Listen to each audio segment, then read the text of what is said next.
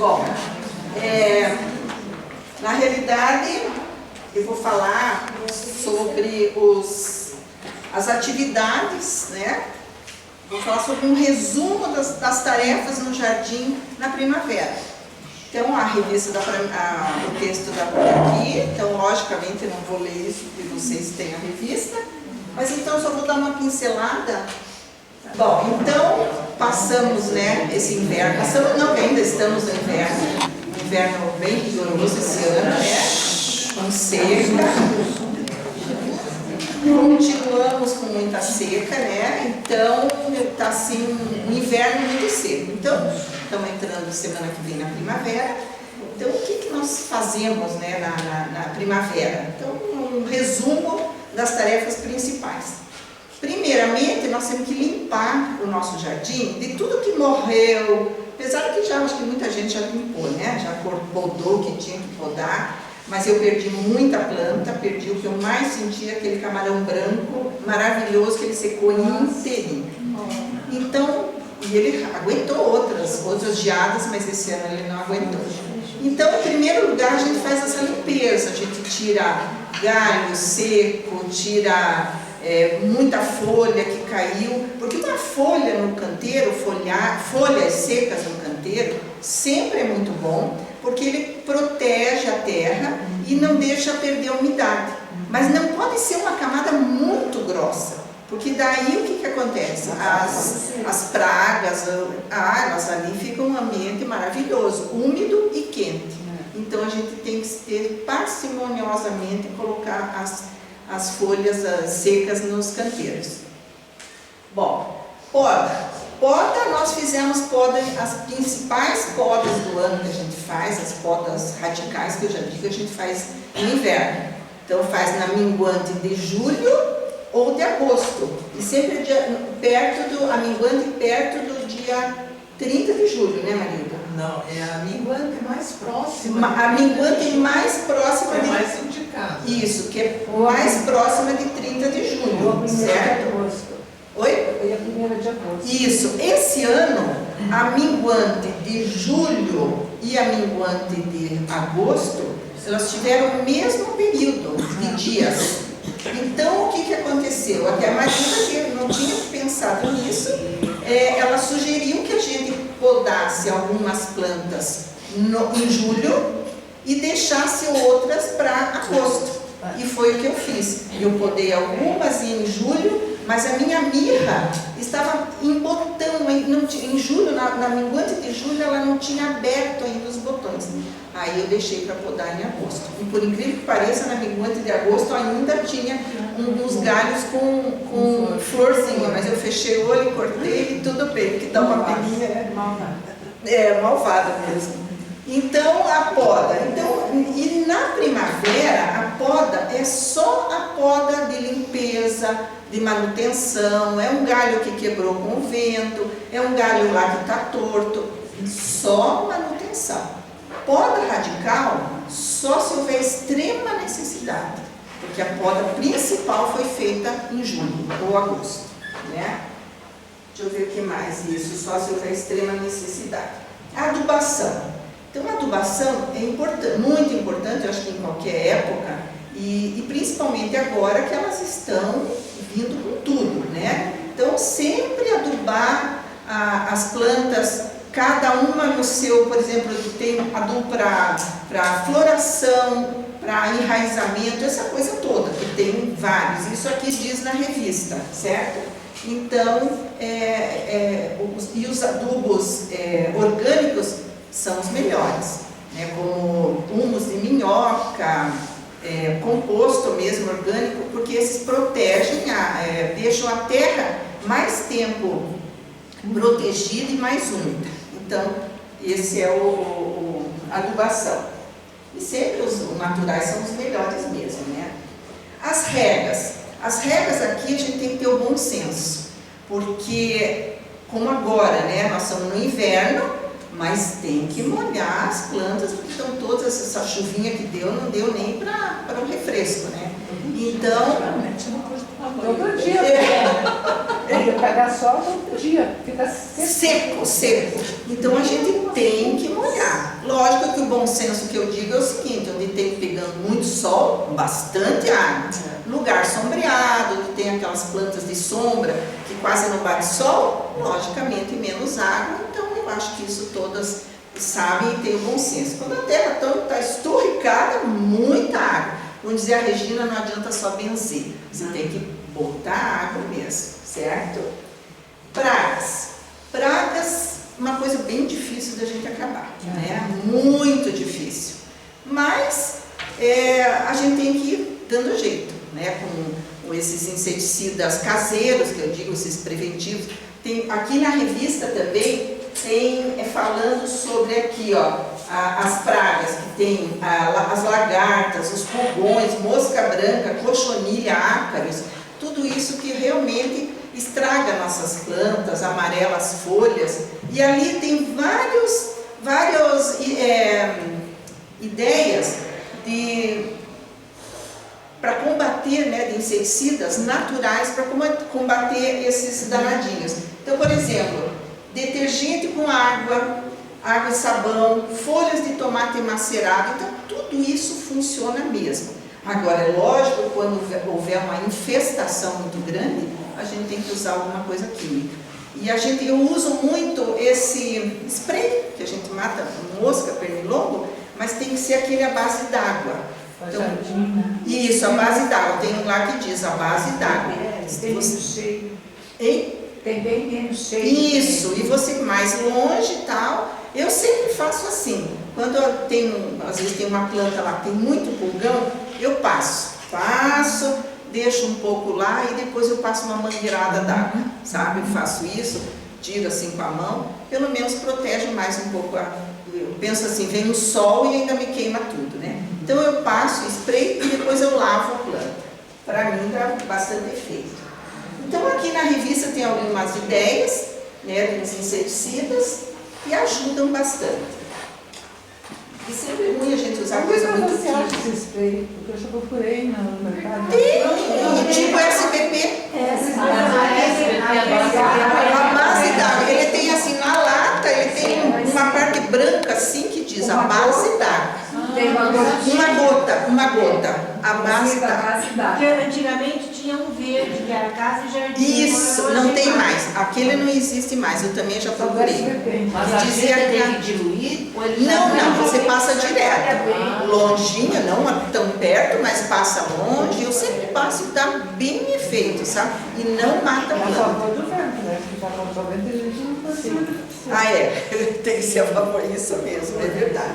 Mas funciona e não mata a planta, isso eu garanto. Só não passe muito, senão não garante. Então eu quero ver as pragas, né? Ervas daninhas.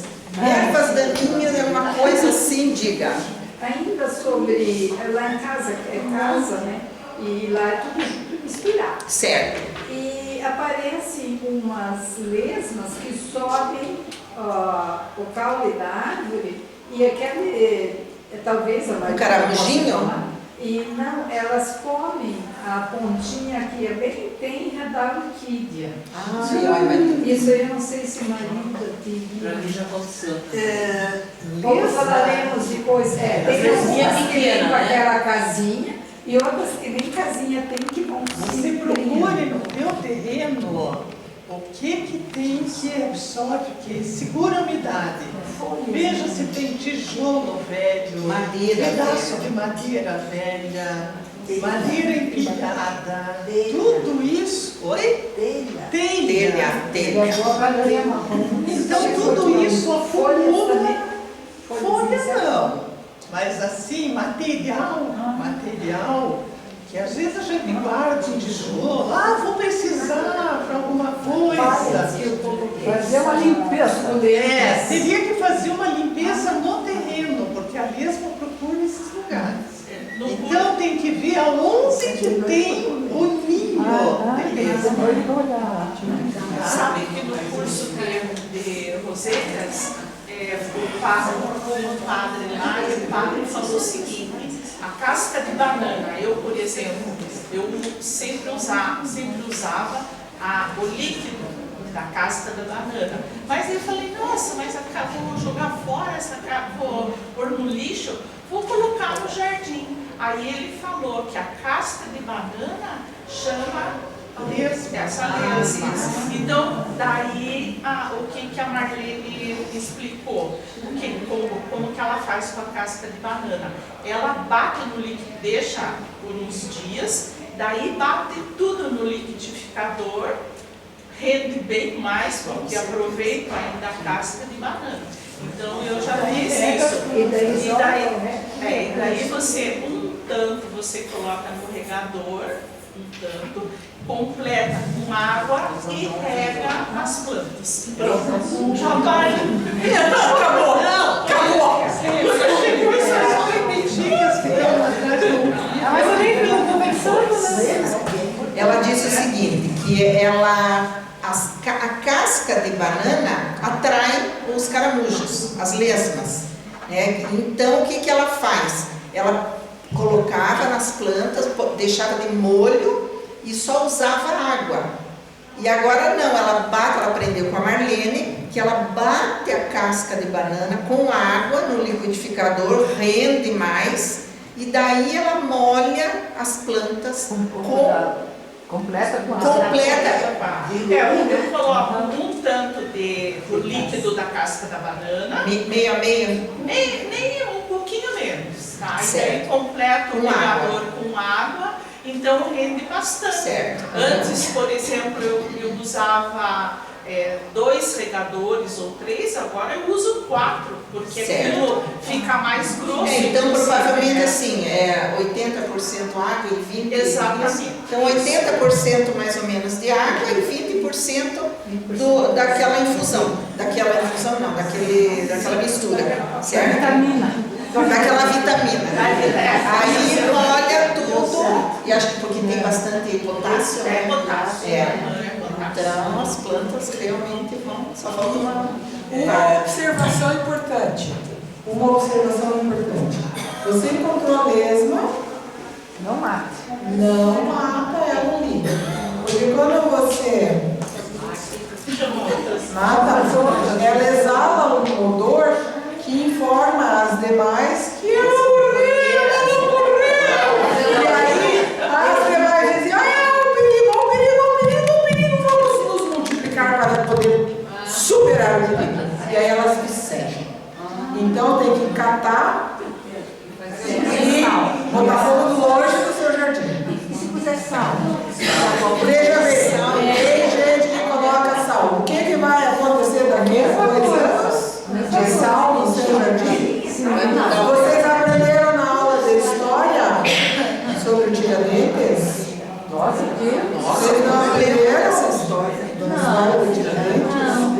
Que quando o Tiradentes foi executado, foi esquartejado, suas partes distribuídas pela cidade e as suas terras foram salgadas. Ok? Lembrem dessa história. Eu lembro dessa história, não sei se foi contada pra mim, mas eu lembro dessa história. Eu também não. Eu lembro dessa que as suas terras foram salgadas. Então, se a gente cada vez bota sal para lesma, vai estragar o seu jardim. Certo? Diga.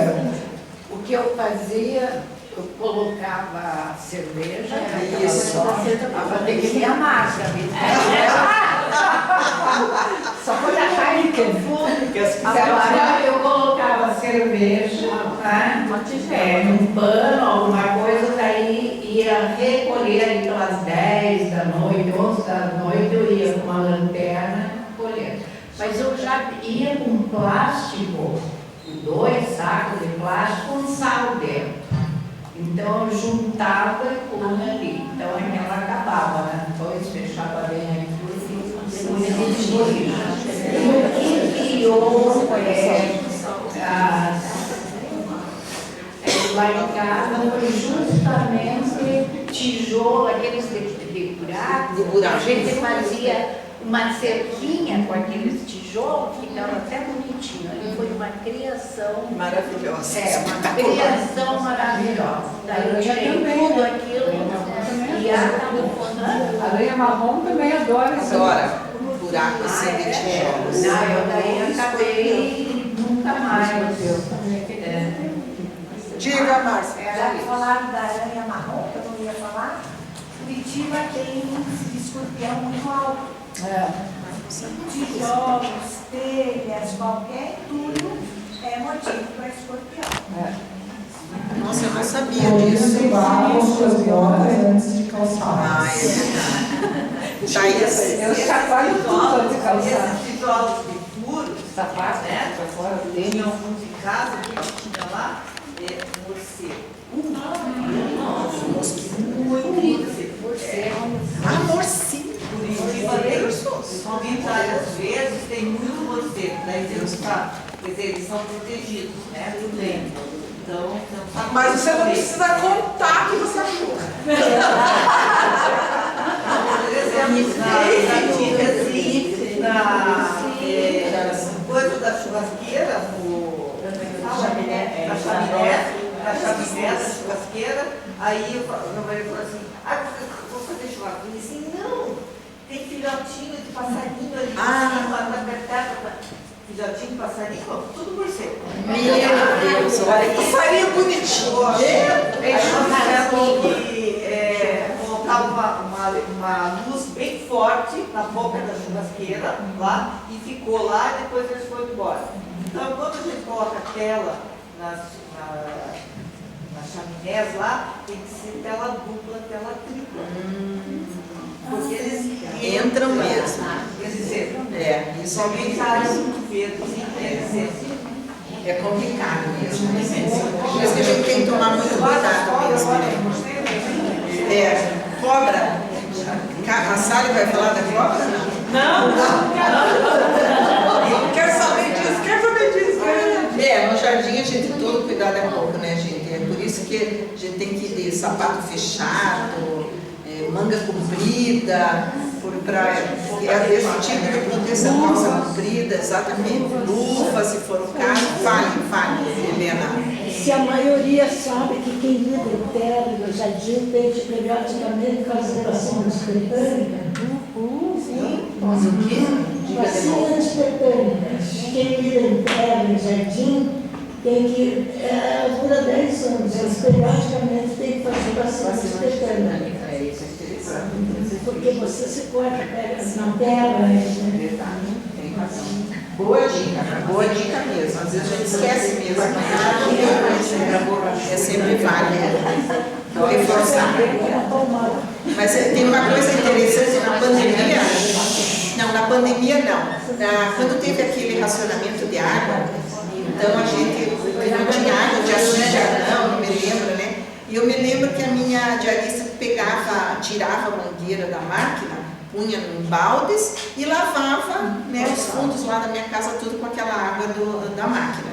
E foi tão interessante que um dia ela lavou tal, depois fui lá embaixo no meu jardim, em cima assim no beiral estava cheio dos caramujinhos. Eles subiram tudo e ficaram tudo lá em cima.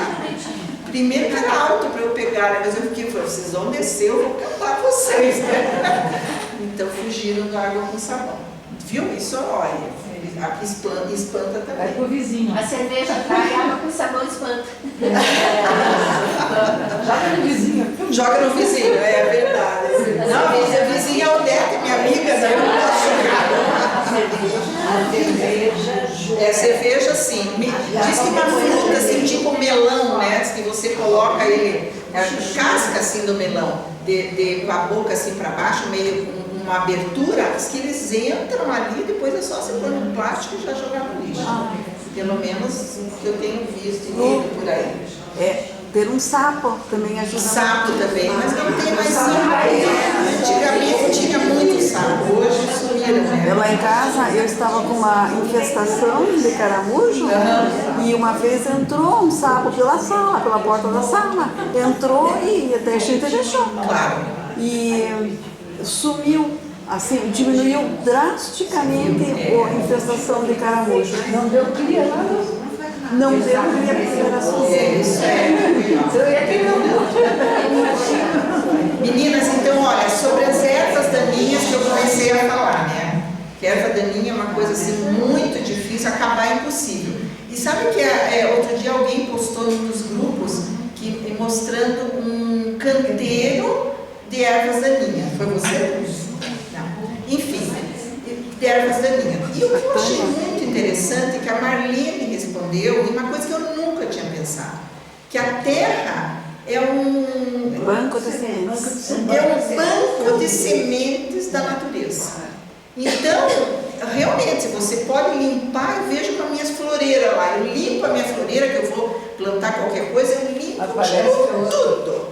Mas dali a pouco já está brotando, germinando um monte de ervas. Na terra, eles ficam pegam sol. Exatamente. E a terra que você compra para te cuidar muito. Também.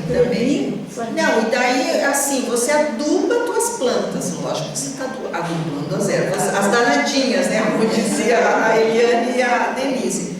Você está adubando elas, daí elas vêm com muita força. Então, eu achei muito interessante isso que a Marlene falou, que a terra tem um banco de sementes interminável, né? Então, a gente não pode lutar contra elas, a gente tem que conviver com elas e tirando aquelas que a gente não quer no nosso jardim e de repente deixando algumas florescerem, tipo o dente de leão, que é uma erva daninha, né? Mas ela é comestível, ela tem aquela semente que é muito linda, que a gente sopra, né? Então a gente tem que... Oxalis. Isso, exato. Então, exatamente. Então a gente tem que aprender a conviver. Lógico que a gente não quer no meio das nossas plantas lindas, né? A grama também. A grama é a mesma coisa. A grama é bem complicada. Diga. Eu costumava deixar no inverno as ervas daninhas para quando tivesse geada. Matava elas primeiro. E não mata. Não mata. Mas tem umas que são difíceis. Mas é uma ideia. Pode acabar. Mas é uma ideia.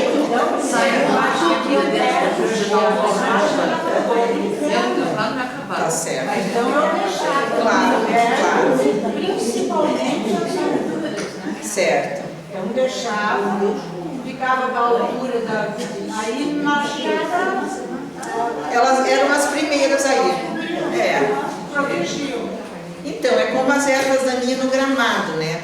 Por exemplo, agora, em final de agosto, que eu acho que a gente aduba bastante o gramado, né? Aduba em final de agosto, põe um belo adubo no gramado e as ervas daninhas vêm junto, maravilhosas, né? Então, é uma época também para a gente fazer essa limpeza no gramado. Aquele alho louco. Aquilo lá é difícil. A raiz Não, a raiz é lá na China, já digo no Japão, porque, nossa, realmente. Então é assim. Então, meninas, olha, aqui nessa edição de primavera, ali onde diz Jardim da Primavera, ali tem praticamente tudo isso que eu falei. Lógico, com um texto mais longo ali, mas tem todas as dicas estão ali. Tá? Então vamos agora que a gente já está vendo o jardim de todas, de Kátia, de todo mundo aí, Jussara, meu Deus, então agora chegou a hora, tivemos trabalho no inverno, podamos, fizemos tanta coisa, e agora a primavera chegou a hora da gente curtir as flores, né? Então é isso, meninas.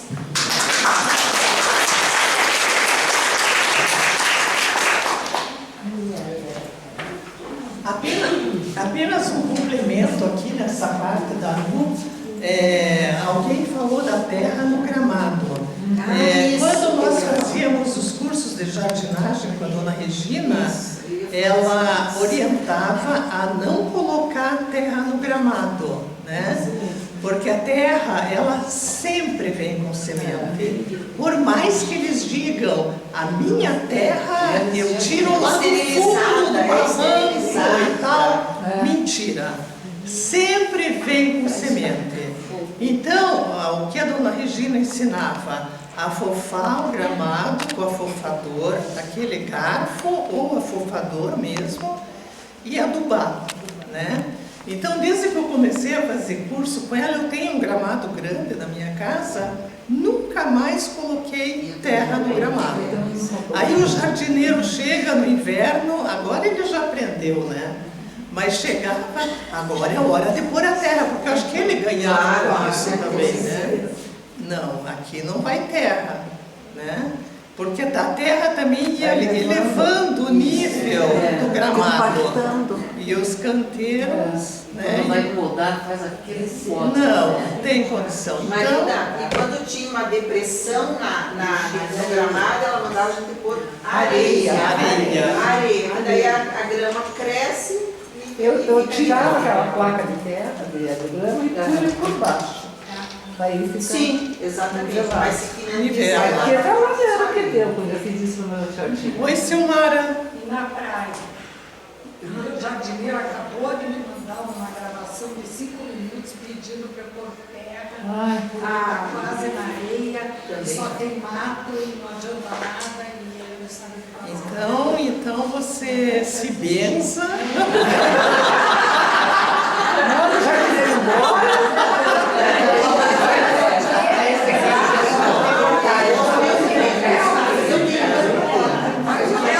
Olha, Silmara, a Marilu lembrou aqui, composto vegetal você pode usar.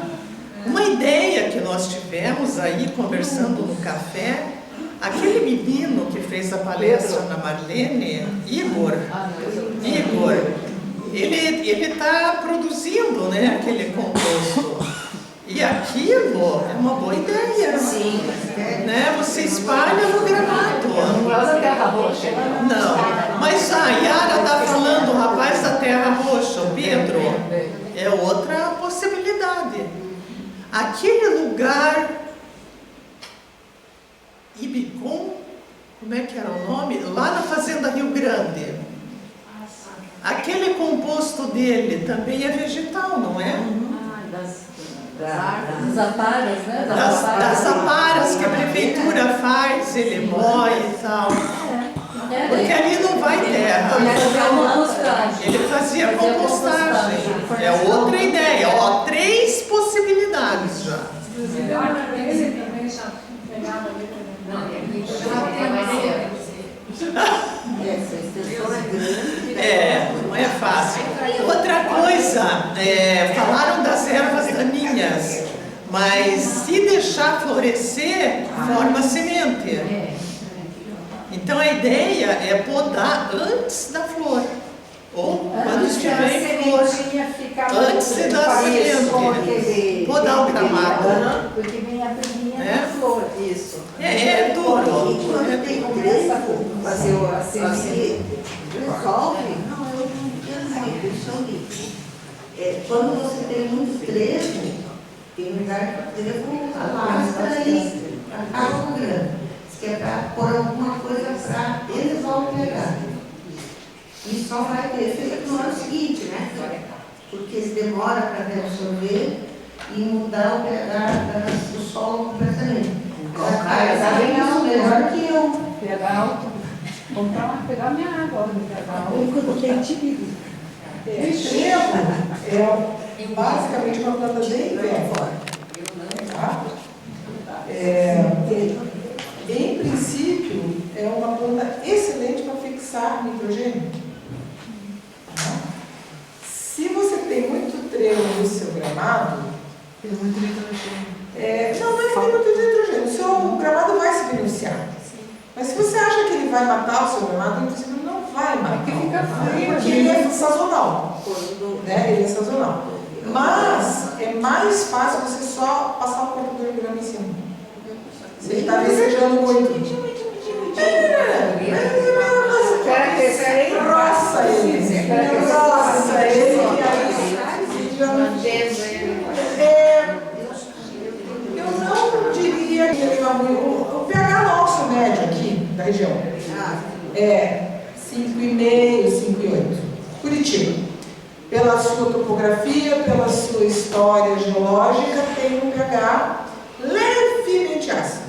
Se o trevo está vicejando, se você aumentar muito o pH, ele pode se ressentir, porque o pH está muito alcalino. Ele não vai gostar do alcalino. Mas, ao mesmo tempo, você vai fazer com que todas as outras que estão bem e bem adaptadas, talvez se ressentam também. Então, se você acha que ele está te incomodando e é aquele trevo do inverno, passa com o cortador de grama em cima. E pronto. vai incorporar nitrogênio no seu solo. Tem dois tipos, né? Um faz a batatinha, tem aquele... Você pega aquele... Mas ele não atrapalha a sua eu aprendi isso também lá no curso da Dona Regina e eu comecei a fazer isso na minha casa e dá resultado. Eu não corto muito baixo a grama porque acaba estragando o gramado. Eu pego aquela vassoura bem forte, de preferência vassoura de metal. Eu faço isso. E raspo. Acaba tirando o trevo. Mas ó, é a ideia, porque acaba. E agora na primavera, que o gramado começa a crescer, fica tudo verdinho, sabe? Dá resultado. Ana, primeiro Ana. Eu não tenho hospital, né? Só mas eu estava quase cheio de cedo, estava sufocando. Eu pus casca de ovo, né? Vou querer você por poucos dias. Casca de ovo. Casca de ovo e secou o trevo. No vaso, né? Aí matou o trevo e a planta saiu beneficiada.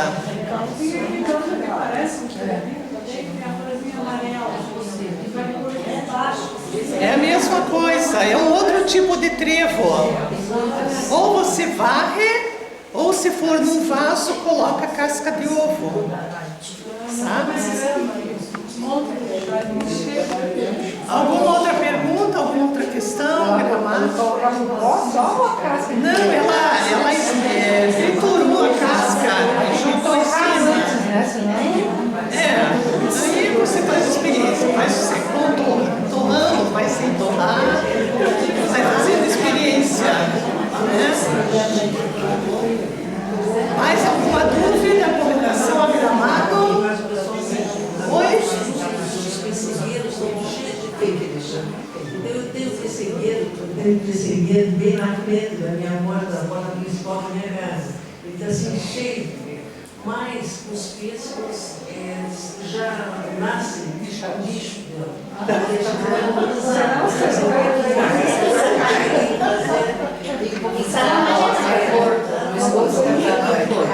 O problema do pêssego, eu já ouvi falar que esqueça. Ou você protege um saquinho? Ou protege a flor, né? Parece que a mosca vai dar na flor. Aí, você se beneficia da flor do pessegueiro. E ponto. Na flor. Na flor.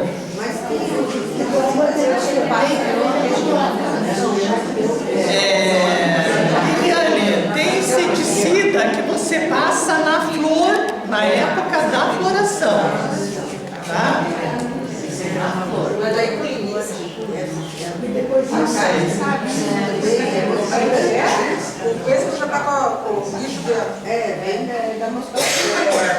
A primeira coisa que tem que fazer quando a gente tem fruta é nunca deixar frutas caídas da estação passada. Porque daí as mosquinhas vão botar os ovos nessa fruta que caiu da estação passada. E ele fica lá esperando. E aí quando chega o tempo certo, e aí ele vem e infesta a sua nova novo pessegueiro. Dá para instalar armadilha para as mosquinhas.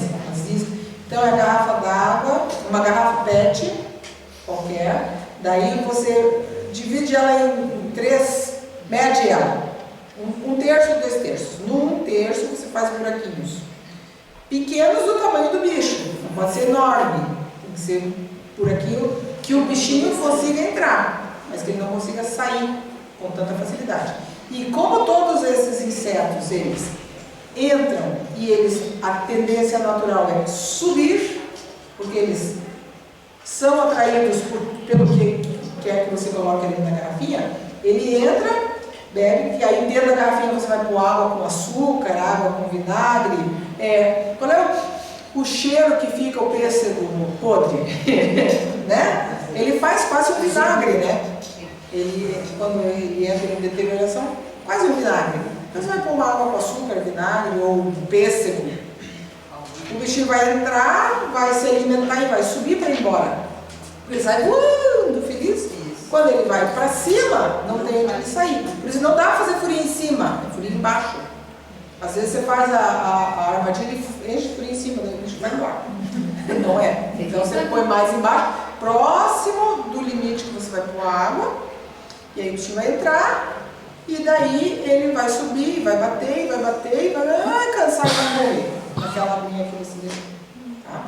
Tem que acompanhar e ver o que está acontecendo, se tem muito, se tem pouco, para saber o que vai acontecer. Mas é aquele negócio, bicho da goiaba, bicho do peixe, já bota, da goiaba bota o ovo na flor. É antes ainda do fruto. E aí quando o fruto cresce ao redor do ovário, o bichinho já está lá dentro. Então, bem da verdade, esses calos proteína, tá? Mais ou menos é por aí. Mas o principal, motivo, assim, metade do problema é colher tudo que tiver caído no chão de fruta. É época da fruta, não deixa nada de fruta no lugar caído, porque ali é o lugar que vai ficar o sorvete para a próxima. E fazer armadilha, se você tem paciência, um pessegueiro só põe o saquinho em volta, aquelas coisas aí dá trabalho. Até a casca tem que tirar também, né? Depois a casca Então, não pode sobrar nada, zero. Pomar tem árvore de fruta com fruta. Se a fruta não está no pé, está na nossa barriga, na sala, mas não no chão, de jeito nenhum. Tá? Hoje eu vi no Shopee, no Temu, não sei, por acaso passou lá uma árvore com uma cobertura assim, tipo TNT. Então, é um saco grande para cobrir toda a árvore. Achei tão esquisito. Bate sol. Veja. Para vender, Traz alguns problemas.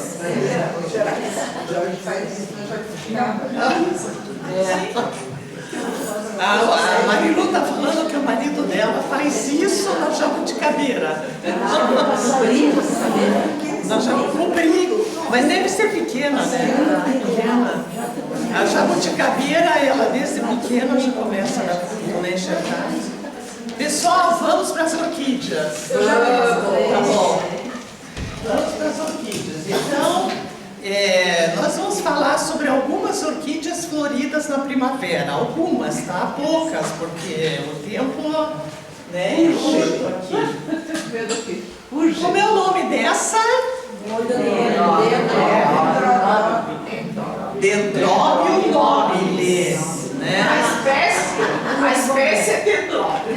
O gênero é dendróbio. O gênero é dendróbio, a espécie é nobile, né? Olho de boneca é um nome popular. Mas como nós aqui estudamos, né? Assistimos às palestras, né? É imperdoável falar olho de boneca, né? Dendróbio nobile, tá? É bom a gente começar a assimilar esses nomes científicos, né? Porque o nome científico você vai encontrar em qualquer lugar do mundo. É esse nome, né? Não importa o país onde você esteja, tá? Olho de boneca é só aqui, né? Então, por isso que é importante. Você quer que passe ali? Faz favor. Aqui tem umas cores diferentes, que é amarelinho. Então, esse é o que a gente chama tipo. É o que esse é o tipo, que é assim, é a raiz. É de onde originou, é o início. É esse aqui. É o pai de Por isso todos. que chama tipo. Tá? É o pai de todos. Tá? Aí os outros já são híbridos.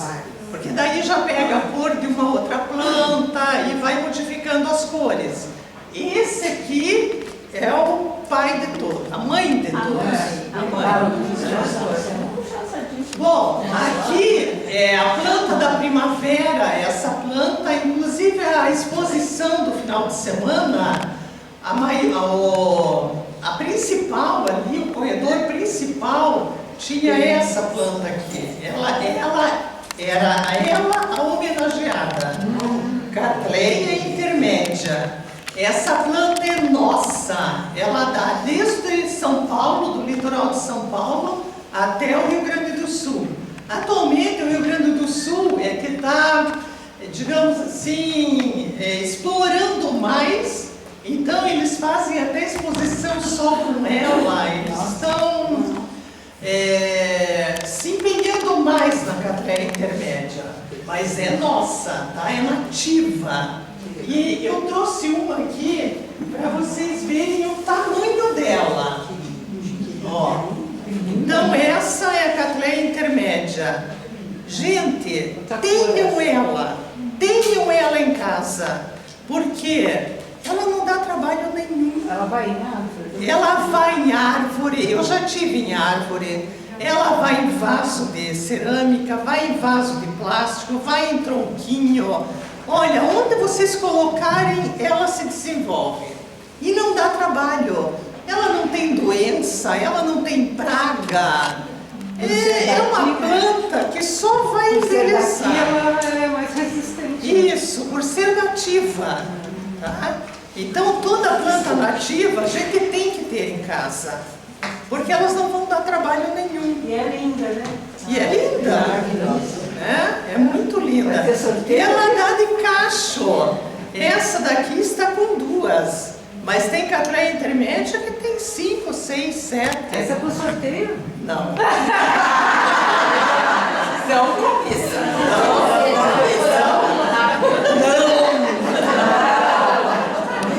Ano que vem ela vai fazer uma muda para você.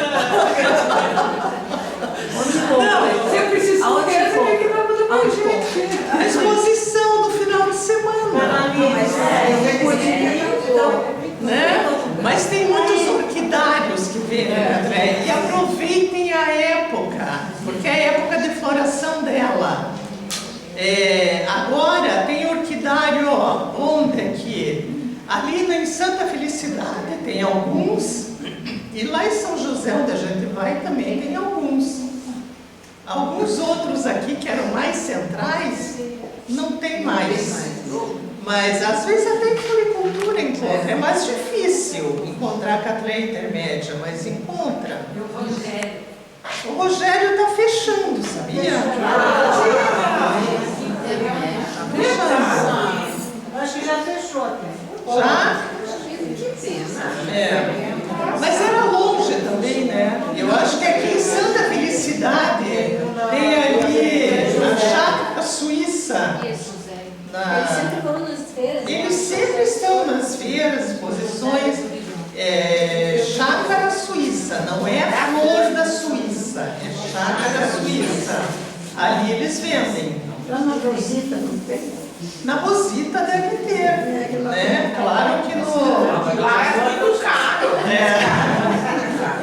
Então a Cattleya intermédia. No final eu vou dar o motivo de todas, tá? Primeiro eu vou só mostrar. Outra Cattleya. Olha só como é bonita. Essa ela é bem roxinha. E aqui é flâmea. Ela tem nas 2 pétalas, ela tem o colorido, né? Igual o labelo.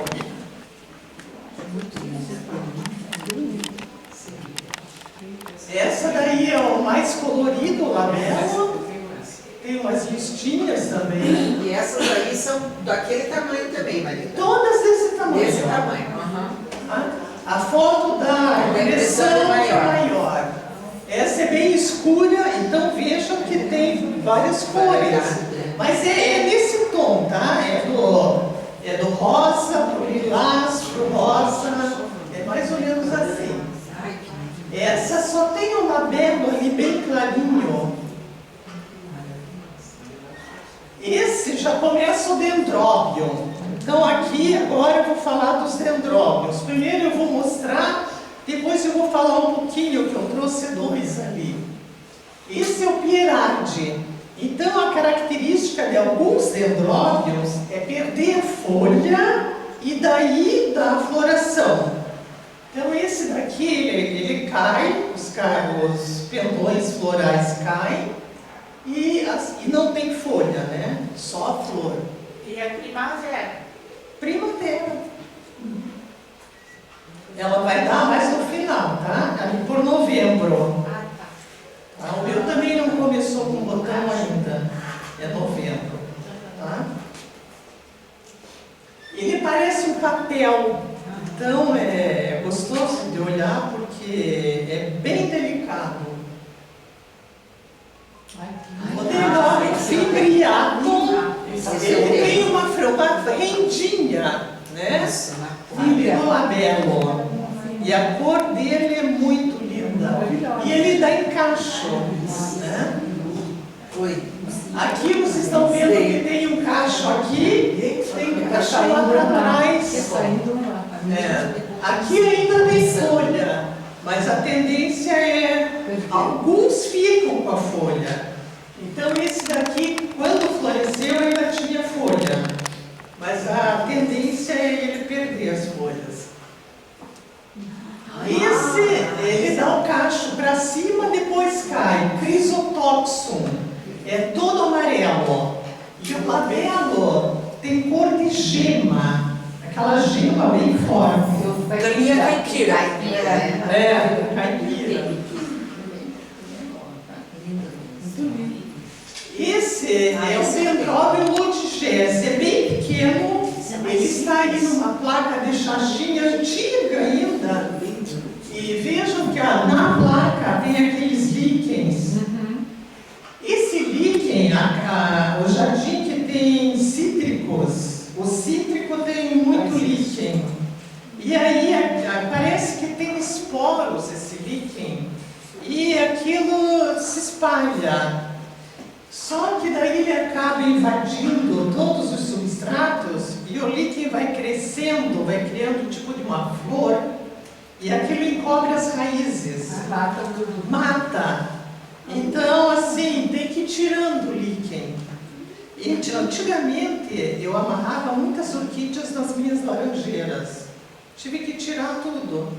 Cobriu tudo. Eu tirei as orquídeas da laranjeira, coloquei em cacheta. E daí eu tive a grande ideia de lavar o tronco da laranjeira com a VAP. Gente, o que aconteceu? Parecia assim que eu estava distribuindo mudas. Liquenificou tudo. Foi um horror. Aquela laranjeira, depois de 2, 3 anos, eu ainda tenho, é esporo, a laranjeira está inteirinha de líquen. E daí, o ano passado até eu falei para o jardineiro, olha, eu vou plantar um limoeiro aqui do lado e vamos cortar essa laranjeira, porque, né? Aí ele falou, não, me dê a última chance, eu vou podar bastante ela. Aí ele foi ainda, né, camarada, e esse ano ela está cheia de flor. É um cheiro, E daí está lá cheia de esporos, cheia de líquen com flor, mas não tem orquídea mais, né? Você deixa daí pendurada nas cachetas. Sim, eu já vou mostrar aqui que o dendróbio, eu já explico por quê. Mas eu tenho bastante laranjeira, mas não laranjeira, pendurada. Isso. Sim. Mas fique observando, você não vai começar a ter líquen nas cachetas. Observe isso. Você tinha o que? Aquele cabeludinho assim? Não, eu não trouxe hoje. Eu tenho aqui. Ó, é um tipo de um cabelinho Ali, ó. Lima o cabelo cabelinho? É. Tá? Mas é um cinza claro. Aqui tem bastante, ó. Pegou lá. Ah, é que não tá projetando. É um musgo que daí cresce uns cabelinhos, tá? O epidendro é nativa de Restinga, né? E esse daqui já é um híbrido. Então esse daqui já é um cruzamento. Existe amarelo, existe branco, Laranja. Existe vermelho. Sim, várias cores. Porque o epidendro, como é nativo, também é muito forte, né? Então ele é base para muito cruzamento. Né? Aqui eu tinha feito um jardim só de orquídea, ali atrás é arundina, epidendro, aí a sombralha, aí... de terrestres, né? De terrestres. Inclusive esse. Esse é o Dendrobium agregado. Parece um papel também, tão bonito que é. E esse, ele dá uns cachinhos bem perto do pé. Né? Sentiu o frio, o meu lá sentiu bastante o frio. Dendrobium moscato, ele tem uma bolsinha, é como se fosse um sapatinho. É bem bonito e é bem... Esse daí, para quem tem espaço, ele é muito espaçoso, ele dá uns cachos assim, uma folha dele é bem longa, ela é comprida, é bem espaçoso. Esse é muito bonito, Tirciflorum, e é bem fácil de cultivar esse. Fica lá e floresce, não dá problema nenhum. Dendrobium nobile híbrido, que é aquele ali, né? O dendróbio é sol pleno. Sol pleno, isso. Aqueles ali de caixinha amarelinho é meia sombra. Mas o nobile é sol pleno. O Dendrobium nobile, a arundina, aquela orquídea bambu, são os que eu lembro agora de sol pleno. É só você passear pelos jardins, você vê. O epidendro também. São os três do mel. Tem muito. Areia. O cimbídio também, tá vendo? Então tem vários aí de sol pleno. E esse o Dendrobium nobile. Agora esse é um híbrido, né? Essa foto até é da Jussara. É uma cor bem forte, ela chama bastante atenção. E esses híbridos, eles duram mais. Porque aquele tipo, aquele bem comum, ele dura ali uns 10, 15 dias. Esse híbrido dura um mês. É por isso que é gostoso ter desse também. Né? Esse daqui é uma maxilária muito comum também aqui, é nativa. Ela tem aroma de coco. E ela floresce muito assim. Na exposição tinha um vaso, né? Bem florido. O Cherry Baby, aquele que tem aroma de chocolate, vai florescer agora também. E as Phalaenopsis. Então a Phalaenopsis, tem muitas que dão o ano inteiro, mas nessa época de primavera, verão, elas dão mais. E tem Phalaenopsis que dura 6 meses. Nossa, dura bastante. Uma variedade enorme.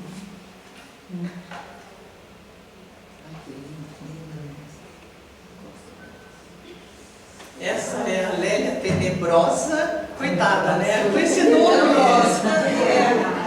nome, mas olha a beleza dela, né? Assusta as outras. E ela é nativa, ela é brasileira.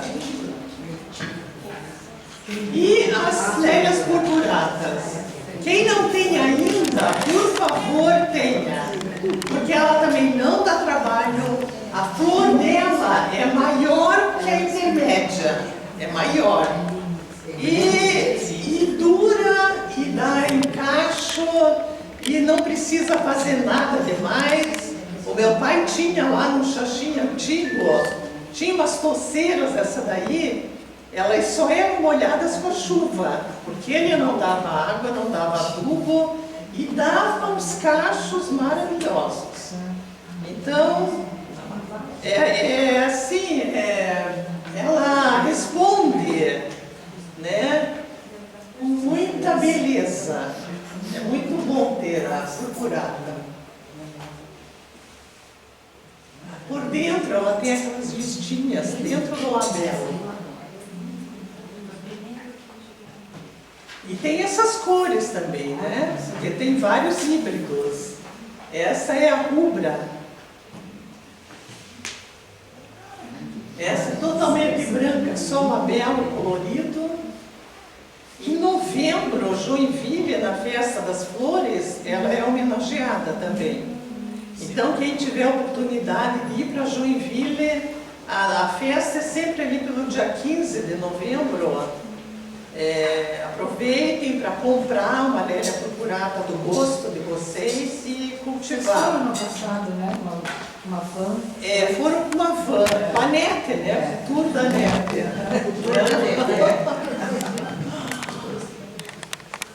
Essa já é mais rosa, é muito linda, né? A branca, todinha branca. Que show! Essa é cárdia. Ela é um pouco mais sensível, a cárdia. Ela gosta de um pouco mais de umidade e não muito sol, menos sol. E agora os cuidados. Dá para voltar só um pouquinho, que antes eu vou falar no dendróbio, depois a gente põe aquele slide. Não precisa. Depois a gente volta naquele slide. Então, olhem só aqui.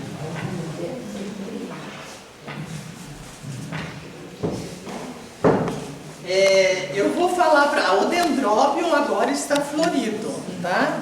Então eu vou mostrar para vocês o que pode ser cortado e o que não pode.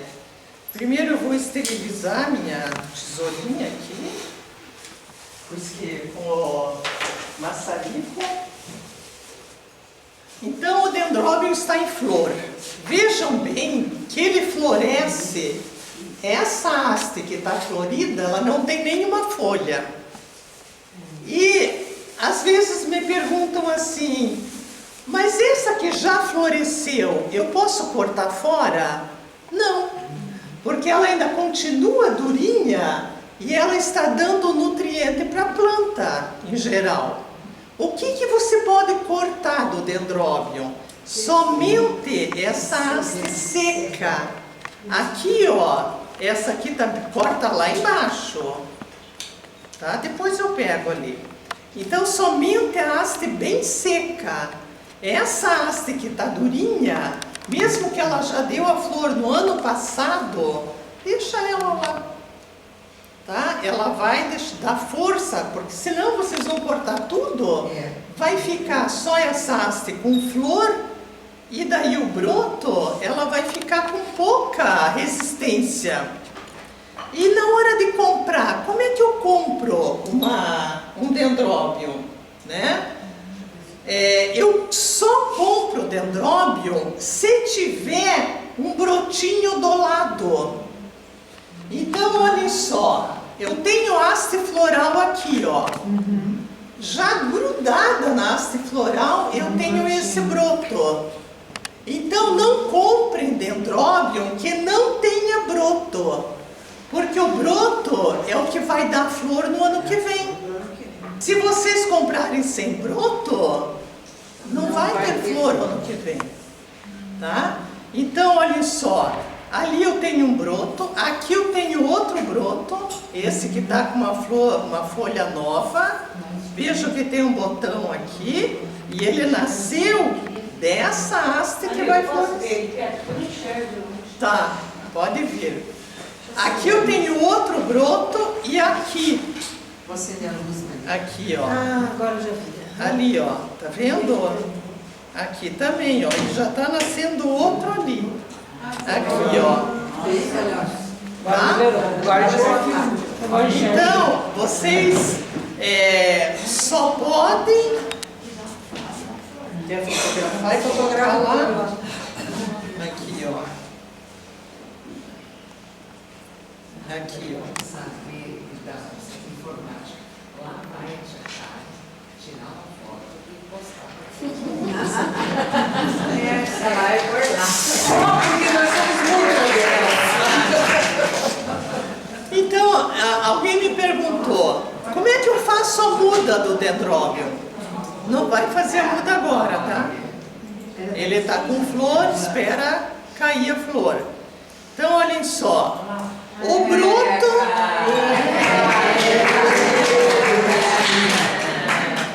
Tá visível? Então, olhem só. O broto é a indicação da muda.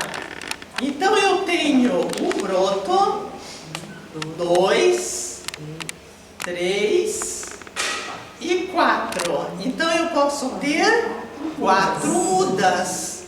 Como é que eu tiro a muda? Eu espero terminar a floração, eu tiro a muda contando do broto para trás. Quantos pseudobulbos? 4 pseudobulbos.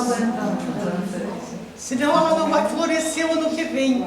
Se você tirar só esse broto com aquele que ele está grudado, ele vai demorar para florescer 3 anos, 4 anos. Depois a filharada junto. Tá? Tem que pôr todos eles juntos, a família.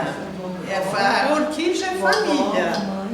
Tá? É o filho, o pai, a avó, bisavó. Tá? Vai indo. Tá bom? Então aqui eu tiro e já dá para perceber que o quinto é esse seco. Tá? O quinto está seco. Então já não dá mais nutriente nenhum. Então lá eu tenho uma muda. Aqui eu tenho 1, 2, 3. Aqui já 3. Mas está nascendo outro broto aqui embaixo, pequenininho. Então, melhor esperar.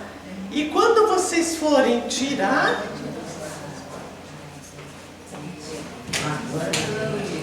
De longe. Mostra lá que eu vou filmar. Então aqui está o broto. E aí tem, depois do broto, tem um que está com a raiz branca, 2, 3. Então com o broto 4. 1, 2, 3, 4. Corta ali, ó, depois do quarto. Porque o quinto já está seco. Então, para fazer a muda, corta lá no 4. Entenderam? Sim. Tá. Então aqui eu teria 4 mudas, certo? 4 brotos, 4 mudas. 4 famílias. 4 famílias. Certo? Agora a raiz aí. Sim. Tem que tirar a raiz. Na orquídea, você pode não ter nada, mas a raiz tem que ter. E a raiz tem que ser aquela raiz branquinha com a ponta verde, tá? Bem nutrida, bem vigorosa, que daí vai dar uma planta boa. Tá bom? E essa pode ser plantada em árvore? Sim, o dendróbio é epífito. É uma planta epífita. Então, ela sempre escolhe árvore para crescer. Tá? Todas as plantas que eu mostrei aqui são epífitas. Tá? O dendróbio, a intermédia, a purpurata, todas elas. O epidendrum é da terra, bem lembrado. Que é? E como que aduba, mano? Oi? O que é epífita? Ah, o que é epífita? Todas sabem o que é uma planta epífita? A cara sabe. É uma planta uma planta que cresce na árvore como suporte. A árvore é suporte dela. Ela não tira a seiva da árvore. Então ela não mata a árvore. Ela só se apoia, né?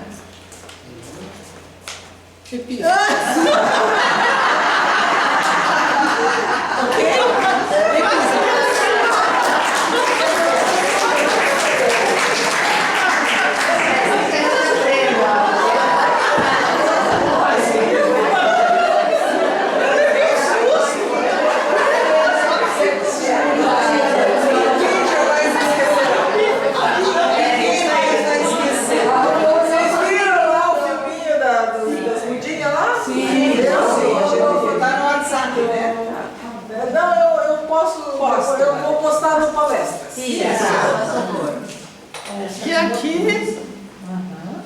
E aqui eu coloquei essa daqui dentro de um vaso com um pouquinho de substrato, olhem só. Tá? Nem tem muito substrato, eu vou falar sobre isso ali na sequência. Então essa daqui tem um broto aqui, tá vendo? Com folha, e outro broto aqui. Tá? Então, duas mudas só. Então eu tenho o broto, a mãe, o pai, e o segundo, o broto, o segundo, o terceiro e o quarto. São esses 4 aqui que formam a família. E do outro lado também eu tenho 4. São 2 mudas. Tá? Eu tenho 2 mudas aqui. Você corta com faca? Eu corto com a tesoura. Com a tesoura de poda, bem no meio ali do rizoma. Tá? Dúvida? Não. É que eu achei que você passava uma faca para cortar assim. Não, porque a raiz, a hora que eu tirar isso tudo, a raiz não incomoda. Tá? Eu vou perder muita raiz aqui, porque está muito grudado. Tá? Aí, no caso, até poderia cortar o vaso. Pode, mas assim, uma ideia aqui, eu molho, deixo dentro de um balde esse vaso aqui, amolece tudo. E aí eu vou devagarinho até com uma faquinha ali, um palito, vou afastando, vou cutucando, vou afastando, tiro e corto. E tem que molhar todo dia? Não molha. Se você molhar todo dia, você mata. Porque a orquídea, ela prefere seca do que muita umidade. Mesmo tendo a pedrinha ali? Ela guarda Sim. Porque não precisa molhar. Ela tem que estar antes bem seca, porque ela tem que secar também.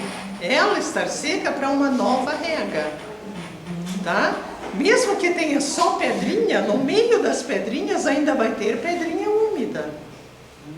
A água escorreu, mas a pedra ainda fica um pouco de umidade. E a orquídea não precisa água direta, ela tem que passar por um período de seca para ela se desenvolver. Tá?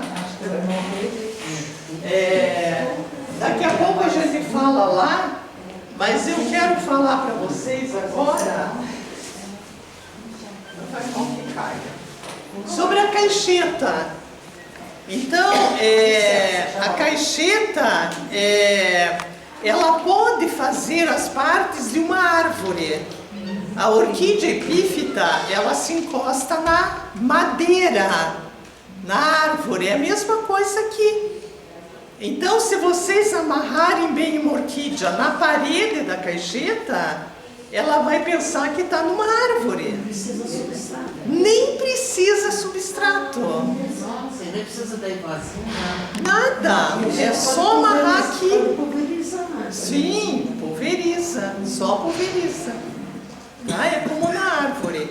Deixa ela lá pendurada em algum lugar, não no sol direto, claro, né? Dependendo da orquídea. E tem caixetas e caixetas, né? Procurem, quando forem comprar, uma bem boa. Uma com acabamento bom, né? Com uma madeira boa. Que daí ela demora mais, ela dura mais. Tá? Agora o final. Então, todas as orquídeas, menos o epidêndramo, são epífitas, gostam de árvores, de caixetas, de vasos de plástico, cerâmica, tronquinhos. E em vasos, o substrato tem que ser bem drenado. Somente lá o sapatinho que gosta de terra, o cimbídio gosta de um pouco de terra, mas das que eu conheço é mais o sapatinho que gosta de terra molhada. Todas as outras, material, o substrato bem drenado. Então eu uso casca de pinos.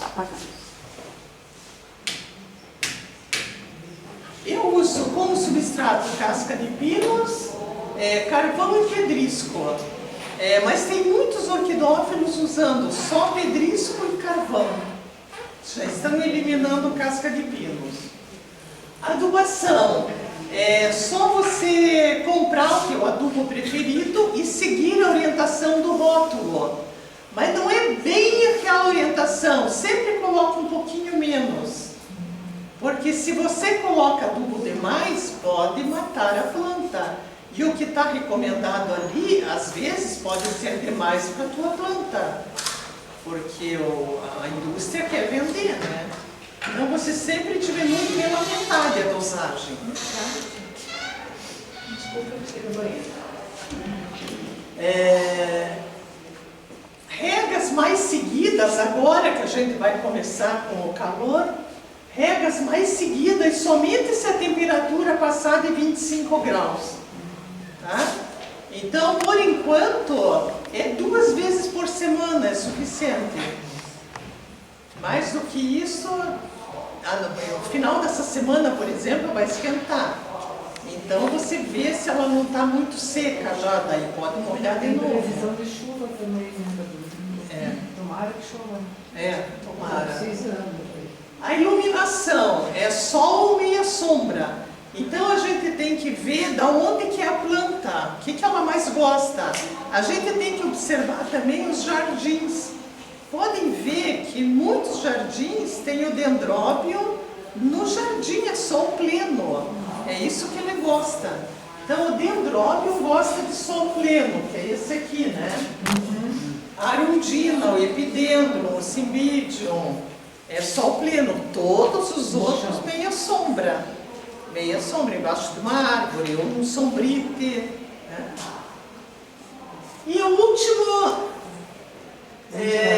ventilação, ventilação e ventilação. Para mim, o mais importante no cultivo da orquídea é ventilação. Antigamente, eu tinha minha estufa e às vezes eu viajava assim no inverno e fechava tudo, as 4 faces, fechava com plástico. Uma vez eu cheguei, tinha dado um fungo. E assim eu perdi várias plantas. Por quê? Porque não ventilaram. Então, daí eu aprendi, né? Que mesmo que esteja muito frio, logo vem a ventilação e aquilo passa, seca, né?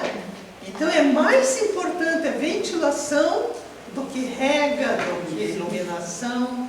Então ventilar sempre. E dentro de casa tem que cuidar muito com janela de vidro. O sol Queima. Porque a janela de vidro é um perigo para a orquídea. Então, se colocar na varanda, cuidado com o vidro. Se tiver vidro. Sol. E o sol, tem que cuidar. O sol não Sim, Não o sol direto. Então, cuidado com varanda, com vidro e com sol. Tá?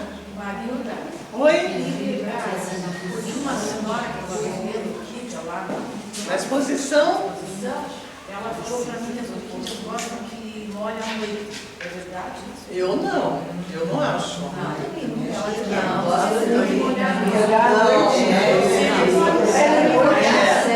Inclusive, eu acho que é um erro molhar Qualquer coisa, né? Porque daí passa a noite inteira molhada, se esfriar à noite, né? Pode pegar um fungo. Eu não molho jamais à noite.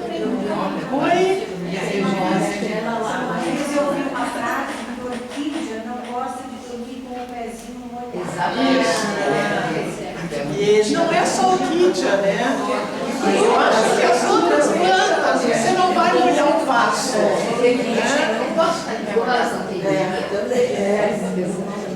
Mais alguma dúvida? Algum comentário? Você queima a folha da orquídea com o sol. Era uma vez aquela folha. Mas não vai morrer a orquídea. Não. Aí assim, você vai com o tempo, você corta a folha. Então assim, ó.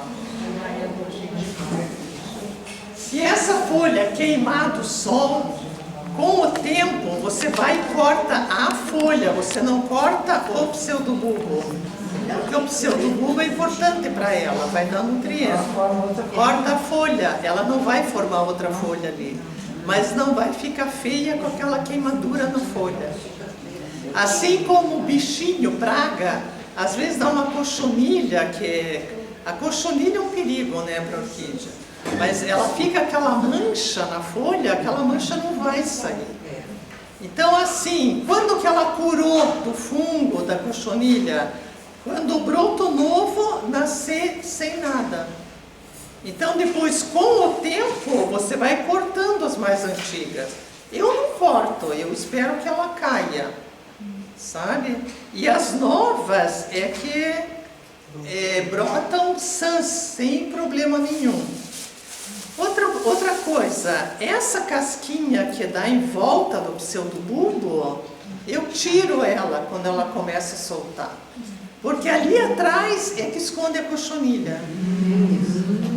Tá? Então eu tiro essas casquinhas aqui, ó.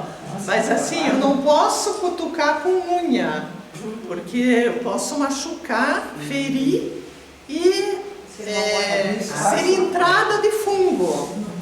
Então eu pego um palitinho e vou ali no cantinho e passo.